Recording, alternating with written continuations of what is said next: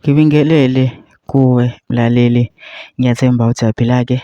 Mina-ke ngizocela kuwe-ke lapho-ke ukuthi-ke mangabe usamusha-ke kulona-ke ikhasi-ke leli-ke wenze okulungile-ke lapho-ke ungixhase-ke ucindezele-ke ibhathini usubscribe nje kubiza imali kumahhala nje kusho nesenti-ke elimnyama-ke. Leli-ke khona uzokwazi phela ukuthi-ke uqhubeke uthole nezinye-ke iy'ndaba-ke ezintsha nje ngifakela zona-ke kulona-ke leli khasi-ke leli-ke kusukela-ke manje-ke udaba kulethe lona-ke namhlanje-ke laphana-ke lithi-ke selivukile-ke futhi-ke icala-ke laphana-ke elafakwa i-MK-ke laphana-ke ngokuthi-ke babesola ukuthi-ke amavoti-ke laphana-ke khona-ke into-ke eyenziwa-ke laphana-ke kwamavoti-ke laphana-ke adayiswa-ke laphana-ke ngokusho-ke kwabo. Icala-ke selivukile-ke laphana-ke lizoba khona-ke mhla zingu-14 January-ke laphana-ke lalizoqala-ke khona-ke laphana-ke kodwa-ke angifuni mina ukuthi okuningi uzwe ngaphela nje dlala-ke ividiyo-ke umlisa-ke laphana kwe-MK-ke veza-ke okunye ngalo-ke about icala-ke leli-ke mina ngicela phama sizulekele ividiyo nama-comment section-ke futhi uvu lwakho uthi na-ke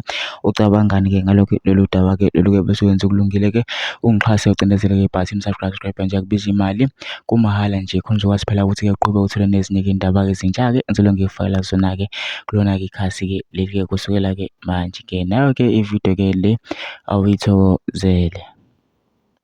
Nendlebe ngize nendaba.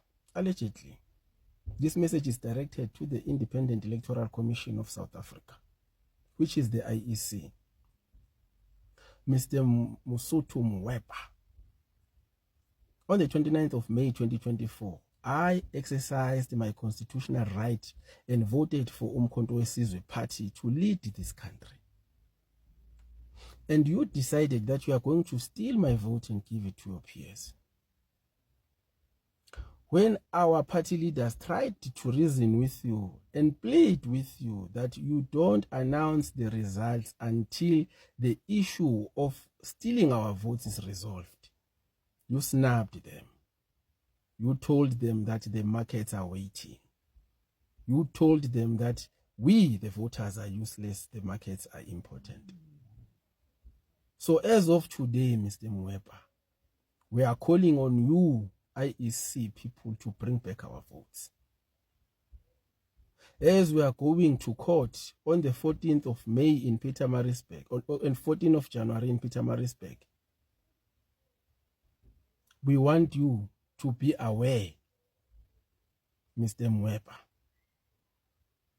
that we are so much in pain that you brought us this useless GNU in this country by stealing our votes as the MK Party members who voted for MK Party. So, Mr. Mwepa,